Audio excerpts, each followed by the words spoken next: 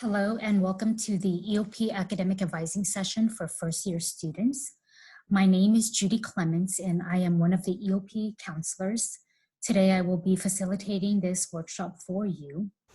I hope that you are all doing well during this time, and I wanted to let you know that EOP is here for you, so if you have any questions or concerns, please contact your EOP counselor. Before we get started, I wanted to provide a few updates. As of this time, your only requirement as an EOP student is to meet with your EOP counselor and also attend the EOP Academic Advising Session. If you have already met with your EOP counselor, continue to reach out again if you have any questions. If you have not met with your EOP counselor yet, please contact your counselor as soon as possible. By attending today's EOP Academic Advising Session, this will fulfill your requirement for that area. Also at this time, all counselor appointments are conducted through Zoom or phone. You can call our office at 559-278-1787 to schedule your appointment, or you can also email your counselor and your counselor can schedule the appointment for you. All of our latest updates are posted on EOP Canvas, so if you want to know what is the latest, then please check EOP Canvas through the announcements and also check your Fresno State email every day. For today's session, you will receive a quiz. Actually, the quiz was in the email that was sent to you. So after you watch today's video, please go back to that email and take the quiz in order to receive credit for today's session. Moving right along into academic advising, all freshmen received a second semester mandatory advising hold, and this was placed sometime in February for all freshman students. If you have not cleared your second semester hold yet, please do so as soon as possible, because if you don't do it by your registration date and time, you will not be able to register for fall 2020 courses. As I have mentioned, the EOP office is still virtually open, and this is the same with all of the major advising centers. So please follow up with your advising center to get this hold cleared. If you're unsure which center you belong to, check the EOP Canvas page. We have a sheet on there that you can go through and figure out your major and then figure out which advising center you belong to. If you still have questions after that, please follow up with your EOP counselor. If you are an undeclared student, attending today's academic advising session and finishing the quiz will clear you for your second semester mandatory advising hold. So again, all undeclared students, EOP will clear your hold for you after you complete the quiz. This is just a reminder that you still need to submit your GE program portfolio, and this is all through Canvas. So if you have not done it yet, or perhaps you forgot to do it, please take care of it as soon as possible. If you're not sure what you've submitted and you need an update on that, you can follow up with your EOP counselor and we can take a look for you. A few reminders with this: you only need to submit assignments for courses taken at Fresno State. So if you decide to go to Fresno City this summer for a GE course, you're not submitting anything for that course because it's not taken at Fresno State. Another reminder, you do not need to submit assignments for areas B3 and for the third course that you take in area C1 or C2. So again, those are the only two areas that you don't need to submit for if you are taking everything at Fresno State. Another reminder, you need to complete 3 reflections, and 2 are from lower division and 1 is from upper division. The reflection questions are also listed in Canvas already. So if you go into your GE program portfolio in Canvas, you can pull up those questions, read about them, and decide which ones you want to answer. Moving along to general education review. So all students are required to take GE courses, and that's just part of the CSU mandate that, again, all students have to take GE courses. There are certain majors that have modified requirements. So if you are part of liberal studies or pre-business, pre-nursing, pre-social work, pre-child development, engineering, you may be exempt from certain courses in GE.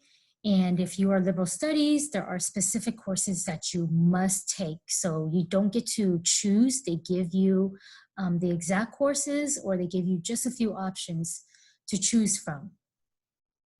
And I just wanted to let you know that for all of these areas A1 all the way through ID, you only need to take one class in each area. So let's start with, let me go back. So lower division courses are A1 through area E. Please check for prerequisites, because you will not be able to move on into that class unless you've completed the prereqs. Lower division is anything that is listed between 1 and 99. So that is the number that you will see between A1 and the area E courses. Upper division courses, on the other hand, are numbered between 100 and 199. So if you look at areas IB, IC, and ID at the very bottom, you'll notice that all of those numbers are 100 or above. So we're gonna go straight to the foundation courses, and these are the top 4 courses in GE. You must have a minimum of a C grade in order to pass the foundation courses. If not, you will have to either repeat the course or choose a different class in that area. So the example is in A1, if I took communication 3 and I failed it with a D, I can either choose to repeat communication 3 for grade substitution. So if I take it a second time, the new grade will replace the D that I received. Or I can say I don't want to repeat COM 3, I would rather take COM 8, and that's fine too. I can take COM 8. However, the grade in COM 3 will stay. So my D, my first attempt at COM 3, that letter grade will still be calculated into my GPA if I don't repeat that class. And later on, I'm going to talk more about grade substitution and what are your options with that. Area A2 is the English 5B or 10 option, and then A3 is critical thinking, and B4 is the math option. With B4, depending on your major, you may have to take a specific math class. If you're unsure which math course is required, please double check with your EOP counselor. Again, you only need one class from each of these areas. In the breadth area, which is areas B, C, D, and E, these are all still required, and it's just one course for each area. So let's start with area B. So in area B, you have your B1, which is the physical science, chemistry, physics, physical science, earth and environmental sciences. If you are a science major or you're going into a program, a master's program that requires you to take chemistry or physics, then I would recommend you need to take that because it's a requirement. But if it's not a requirement for you, unless you love chem or physics, I would recommend that you instead take Earth and Environmental Sciences or Physical Science 21. Physical Science 21 is astronomy, so it's learning about the stars. But again, if your major requires you to take chem or physics, you don't have a choice. If not, think about the other 2 options that I mentioned. In area B2, you are required to take a biology class. Biology 1A is the hardest bio class from that area.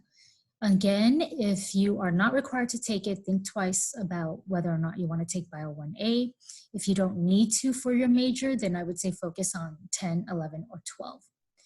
And all courses at Fresno State that are science courses, B1 and B2, require a lab. And so when you do take something from B1, you do have to enroll in a lab, and the same thing with B2. In area C, there are 3 courses you must take, something from C1, another course from C2, and the 3rd course from C1 or C2. So again, 3 courses are needed in Area C. Area D, you have your history, political science, and then the D3, there are a lot of options there. And in Area E, there are a lot of options, but you just need 1 course. Some common AP classes that we see, so basically in high school, if you took any AP exams and passed with a 3, 4, or 5, they may count toward GE.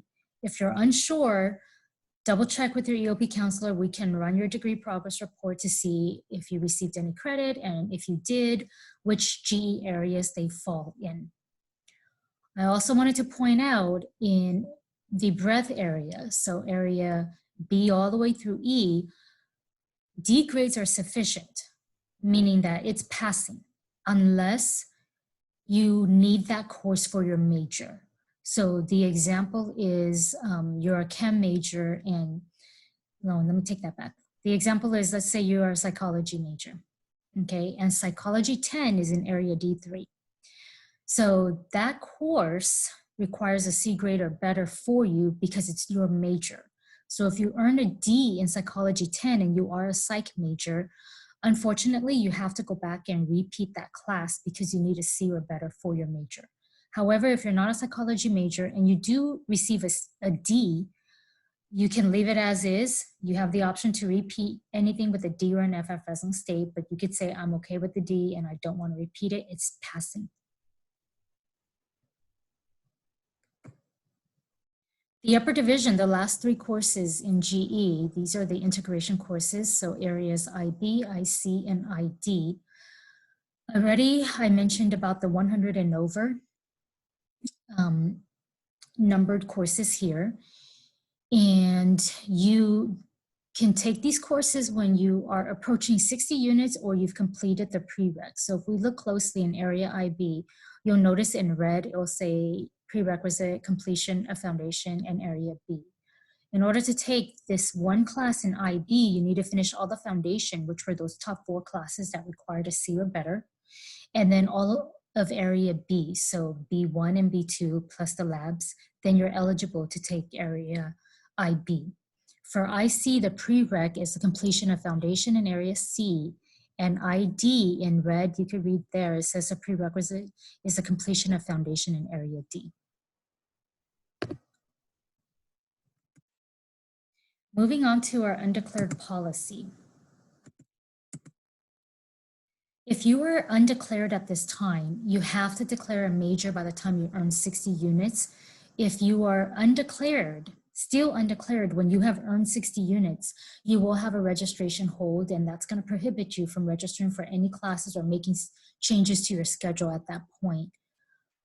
So be advised that you should be meeting with your counselor well advanced and looking at what your options are so that you don't run into this situation where you've earned 60 units and you cannot register for classes. There are many different ways to explore your majors. Okay, for one, you can review the general catalog, and I'm gonna take you there. So let's take a look at that. If you log into the Fresno State main page, on the left-hand side, click on current students, and then everything is in alphabetical order here. So click on catalog. You will notice that under bachelor's, all the degrees are listed in alphabetical order. I highly encourage you, even if you do have a major, but you may want to change your major, you're really undecided on, the current major you have, if it's correct or not. Go through this and at least look at what Fresno State is offering. If you, say you might like criminology, so click on that for the corrections option. You can read more about it. You can also look at what the requirements are, and then all of these courses are hyperlinked, so you can click on them and read about the courses to have an understanding of what the courses are if you decide to pursue this major. Again, I highly recommend this page for a lot of students who are undecided, undeclared, or misdeclared, meaning again, they have a major, but they're not really sure if it's the major that they want to continue to pursue. Okay, so moving back to this, let's see here. The Career Development Center is a great resource on campus. The counselors there are here to help all students to figure out what major they want to pursue, and also even look at volunteer opportunities, internship opportunities as well. They are virtually open, and so you can still call them, schedule a Zoom appointment or a phone appointment, and talk to a counselor at this time. I already mentioned about the advising centers. They are still open, so you can call them and schedule your appointment virtually. If you're not sure which advising center to contact, or you're not sure how to get there, in EOP Canvas, we do have a page set up, and you can look at all the different advising centers and still call the number and talk to someone. I would highly recommend students to do volunteer opportunities, job shadows, or even internships. This is a really great way to know if this is the right major for you. And so again, sometimes watching a movie or reading about something doesn't give you that full scope. When you get the hands-on opportunity, or you meet with someone who's actually doing it and you can interview that person, you're going to get a lot more out of it. If you're not sure how to go about doing this, the Career Development Center can help you with it. You can come into the EOP office and meet with your counselor. And we can also go over it with you as well. And then of course, meeting with your EOP counselor.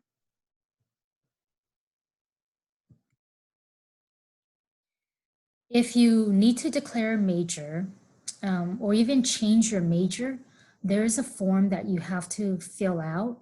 And normally, without all of this going on, you can go downstairs to the Joyal Administration office and pick up a form.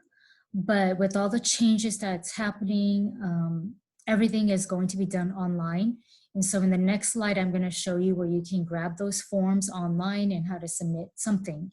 If you want to change a major, if you want to declare a major at this time, or even add a minor. So again, when things go back to normal, yes, you can pick the form up. You have to turn it in person, but again, with all the changes, things are done electronically, and I'll talk about that in a little bit. Terms and policies that you need to know at this point. Earlier, I gave you the example of failing COM 3 with a D, and if I retake it, then it helps my GPA because I can replace a grade by doing better a second time. However, keep in mind that all students at Fresno State can only repeat up to 28 units of undergraduate coursework. So this is from the time you start until you graduate, you get those 28 units. So if I decide to go back and repeat the COM 3 class, then it's going to deduct 3 units from my 28. Be careful how you use this though, because your major courses require a C grade or better. So you don't want to use a ton of units for your GE courses when you haven't taken any of your major courses. Those courses later on down the road for major can be a lot harder. So if you are unsure whether you should repeat a course, come and talk to your counselor and we can look at what your best options are. There is no rule on repeat, meaning if I failed the class last semester, I have to repeat it next semester. It can be any time as long as you're still a student at Fresno State to repeat courses. You are only allowed to repeat classes with grades of D, F, WU, or IC. A WU is considered an unauthorized withdrawal. Basically, it means that I started going to class, but somewhere along the way, I stopped attending the class and I stopped doing the assignments, stopped taking the exams, whatever it may be. And so at the end, the professor chooses to give me a WU, which is still equivalent to an F. The IC is an incomplete grade. An incomplete, let me go back. So at Fresno State, you have the option to get an incomplete. So a good example is something happened more than midway through the semester and I'm passing the class and I'm doing really great, but I can no longer go to this class. So I have a passing grade. I've been doing all my work. I was attending every day things were going great, but I can no longer go to that class, I can ask my professor for an incomplete. And if my professor agrees to give me an incomplete, we both have to come up with an agreement on what is left that I need to do without me physically going to class. And so if we come up with the agreement, it could be a few papers I need to submit or whatever it may be. I have 2 semesters to finish this.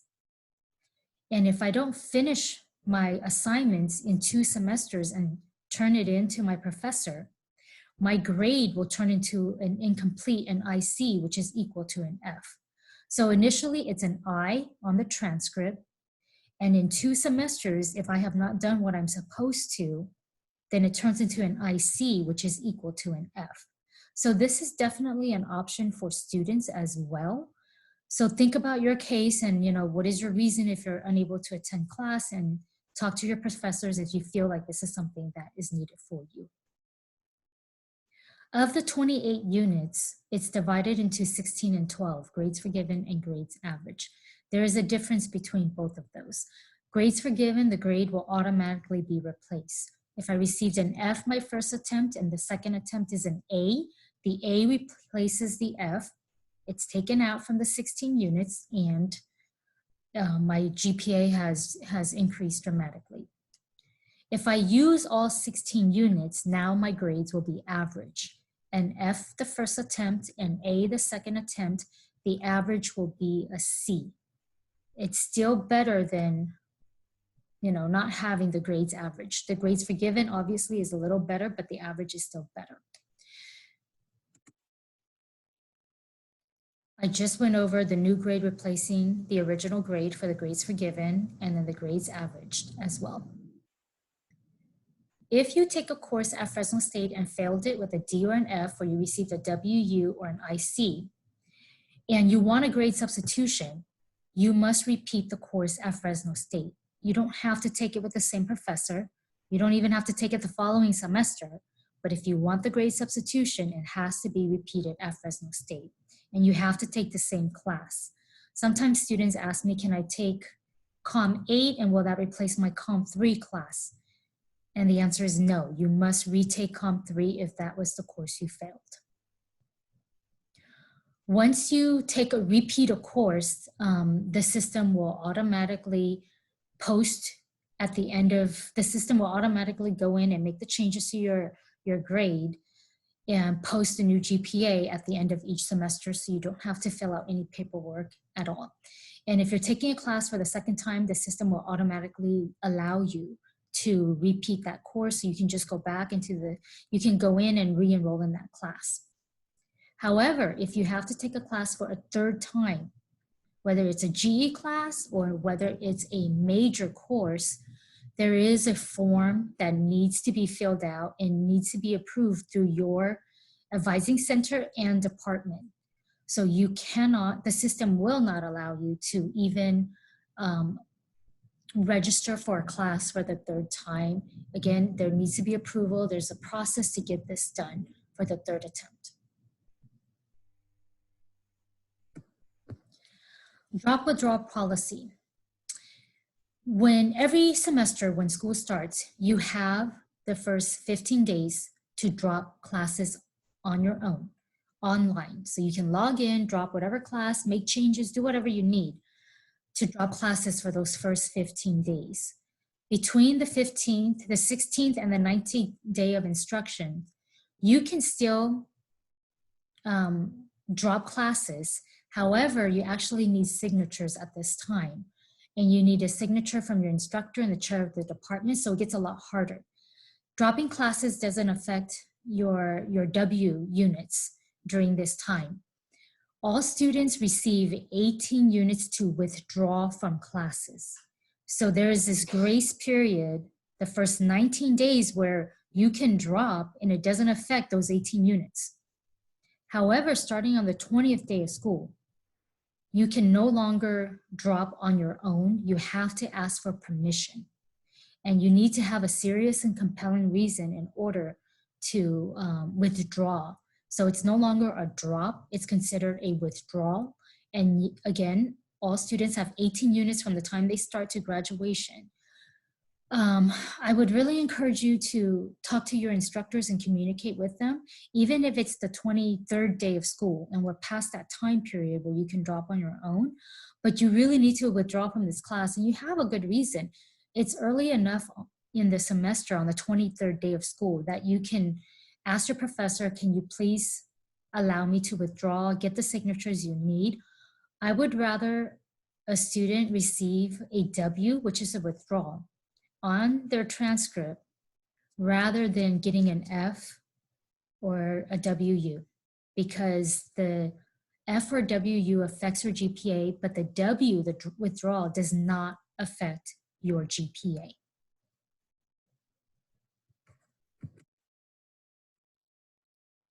All students have up until the last 3 weeks of instruction to still withdraw. So this is all the way up between May 15th, this semester, April 15th and May 6th. Those are the last 3 weeks of the semester. You can still ask to withdraw from a class, multiple classes, or perhaps a complete withdrawal. However, during this time, it becomes really hard to withdraw, and you see in red there, it's like beyond your control. And that is why you're asking for that withdrawal. And in addition to having your instructor's signature and the department chair's signature, you need a third signature from the Dean of Undergraduate Studies. So yes, it becomes harder between April 15th and May 6th, which are considered the last 3 weeks of instruction.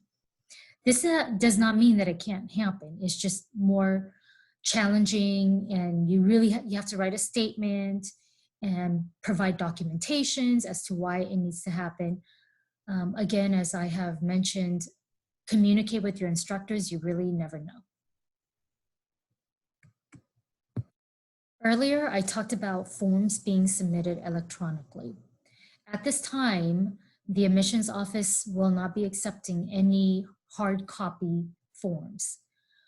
I know there was an email that was sent out to all of you March 19th, and they talked about all their virtual services with University Registrar's Office.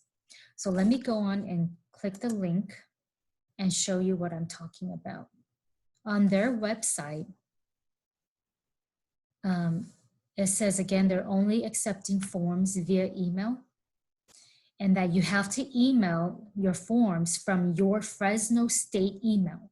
And that is key. They will not accept it if you are submitting a form and you're not using your Fresno State email.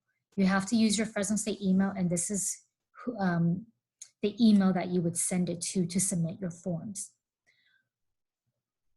The Office of the University Registrar also offers chats. So if you feel like you're not sure how to go about doing this, you can log in and chat with someone live. If it's past 5 o'clock, you can email and someone will get back to you the following day. So I highly recommend the chat feature if you have additional questions. Let's pretend that you do want to add a minor at this point. And there are 2 change of major minor requests if you look here. There's one that says less than 144 units and one that says more than 144 units. So when you decide to add a major, a second major perhaps, or change your major, add a minor, whatever it may be, there's a report that has to be run with your degree progress report to determine if you're going to be less than 144 units to graduate or more than 144 units. The difference is that if you are going to exceed 144 units, there's additional paperwork that you have to fill out. So let me just pull it up so you can take a look at what I'm talking about. This is a change of major or adding a minor form. Everything again is electronic, so you can pull this up, type your info in. If you want to add a minor, so input the new minor in. From this point, part 2, you have to save this once you fill out part 1 and section A. Save it, and then you need to email this form to the advising center to be reviewed. And they have to fill this up, get all the signatures that are needed, and then they have to email this form back to you. And once you receive this form, that's where you have to send it to the email address that we talked about earlier. I also mentioned if you are exceeding 144 units because you're adding a second major, or perhaps down the road you want to change your major, but you're going to go over 144 units, you have to fill out this form, and there are 5 questions you need to answer. And then you also need to submit this form to the Dean of Undergraduate Studies, who has to give you approval in order to make this change. This is, again, only if you are exceeding 144 units. And if you're not sure what the numbers are, the advisors can tell you, the counselors can go over it with you. So once you receive that form, again, all forms must be emailed from your Fresno State account to this email address. If you have questions on it, there's a live chat or follow up with your EOP counselor. Moving on to the student level chart. To be in good standing, your campus and total GPAs need to be at a 2.0 or higher. So if you fall below a 2.0, you're going to see right over here, you're either going to be in the probation range, which is this little sliver here, or you might be in the disqualification range, which is still considered probation. So right now we have probation students, and we also have probation in disqualification range. Everything at Fresno State is determined based on units earned. For most of you, you may be between 1 and 29 units, even at the end of this semester. So if you're within 1 and 29 units when grades are posted in May, you are still in this category. 2.0 or above is good. Anything below that is either probation or disqualification range. If you are currently in probation and you have a 1.75 at this time, when grades are posted in May, you cannot fall into the 1.49 GPA or below. If you have fallen into that GPA range, you will be automatically disqualified. So again, if you are in probation between the 1.5 and 1.99, you either stay there or move out, hopefully move out to the 2.0 or above, but you cannot go backwards into the 1.49 or below. If you are in the 1.49 or below at this time, when grades are posted in May, you cannot be in this range with a 1.49 or below. You must be at a 1.5 or higher in order to return to Fresno State. I also want you to keep in mind that these units here will change as you continue on. So this GPA changes too based on units earned. So you need to be very careful. If you're moving to the 30 unit mark, but you haven't done so well and you're still in probation and you're moving to the 30 unit mark, your GPA for disqualification has gone up to 1.69, no longer a 1.49. So if you're unsure how to read it or what you need to do in terms of your student level chart, contact your EOP counselor and we can go over that with you. If you look at the GPA for disqualification, you'll also notice that they increase every single time you move up from freshman to sophomore to junior to senior level. The reasoning behind that is that you must have a 2.0 to graduate from Fresno State. So if you have below a 2.0, you will not be able to graduate. Fresno State offers a stop-out policy. This basically means that if you are eligible, you are able to take a semester off. You must return the following semester. If you are out for more than 1 semester and it becomes a 2-semester thing, then you have to reapply all over to the university. So again, they will allow a stop out for a semester if you are eligible. So let's take a look at this. If you are in good standing, you're eligible for a stop out. If you, at this point, if you are in probation, whether it's probation or disqualification, you need to meet your contract in order to be eligible for a stop out next semester. If you don't meet your contract, you will not be able to stop out next semester. You could still be in probation. You could be in good standing right now, and at the end of this semester, you're in probation standing. You're still eligible for a stop out.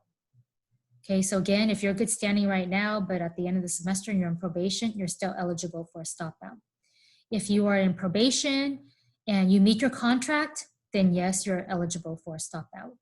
It can get really confusing. So if at any point in time you feel that you do need a stop out, please come and talk to us, because there are so many critical dates we have to look at to make sure that you really do qualify, and how is it going to work out for you. You can actually stop out multiple times. So the example is for fall 20, let's say I decide to stop out. I come back in spring and I'm doing really well. My grades are there. I'm meeting my contract, whatnot. I could stop out the following semester, come back, stop out, come back, stop out, but it's going to take me forever to graduate. So yes, the policy is there, but be careful about how you use it as well. Use it if you need to. If you're unsure, again, as I've mentioned, come talk to us and we can go over the details and see where you're at.